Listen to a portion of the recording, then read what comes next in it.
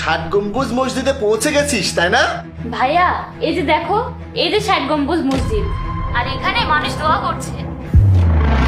দেখ বোন, শালীনতার সাথে দোয়া কর, নইলে ইমাম সাহেব রাগ করবেন। হ্যাঁ ভাইয়া ঠিক আছে।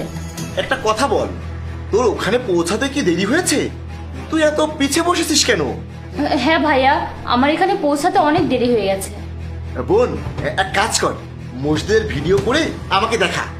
কেউ মসজিদে ফোন ব্যবহার করবেন না, আল্লাহকে স্মরণ করুন। ভাইয়া মসজিদে মোবাইল ব্যবহার করা যাবে না, আমি তোমার সাথে পরে কথা বলবো। তুমি শুনলে তো, মসজিদে মোবাইল ব্যবহার করতে নিষেধ করছে। আচ্ছা, তুই মসজিদের ভিডিও করে পরে আমাকে অবশ্যই দেখাবি, ঠিক আছে? ঠিক আছে ভাইয়া, আমি তোমাকে পরে ভিডিও করে পাঠাবো। বাহ, আমার বোন কত ভালো। অন্য মেয়েরা পার্কে যায়, হোটেলে যায়, চালবাজি করে,